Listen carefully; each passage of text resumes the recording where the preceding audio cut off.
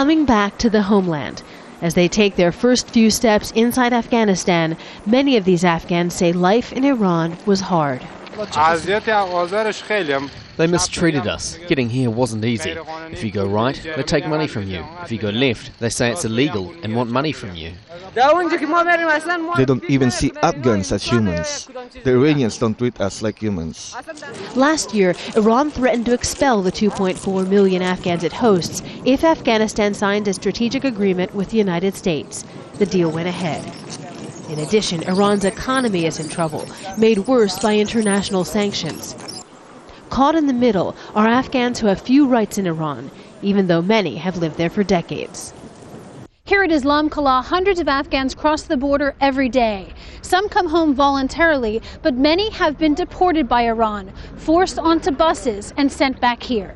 Ismail's hands were painted red in an Iranian jail to identify him as a prisoner. He says his only crime was asking for his salary. I am deported and the wages from 5 months of work are still there. If our stomachs were full, why would we go to Iran? Why would we choose misery? Sent back with him are teenagers that the international community calls children. Their Afghan families see them as breadwinners, like 15-year-old Noor Mohammed Karimi. My employer didn't pay me. He fired me. Then he turned me over to the police. And then they deported me. Despite the mistreatment, many Afghans will try to go back, paying smugglers hundreds of dollars to return to Iran in search of work.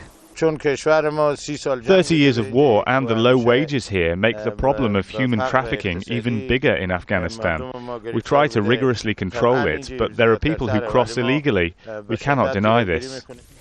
NAIK Mohammed AZAMY has been working on the border since the Taliban fell in 2001.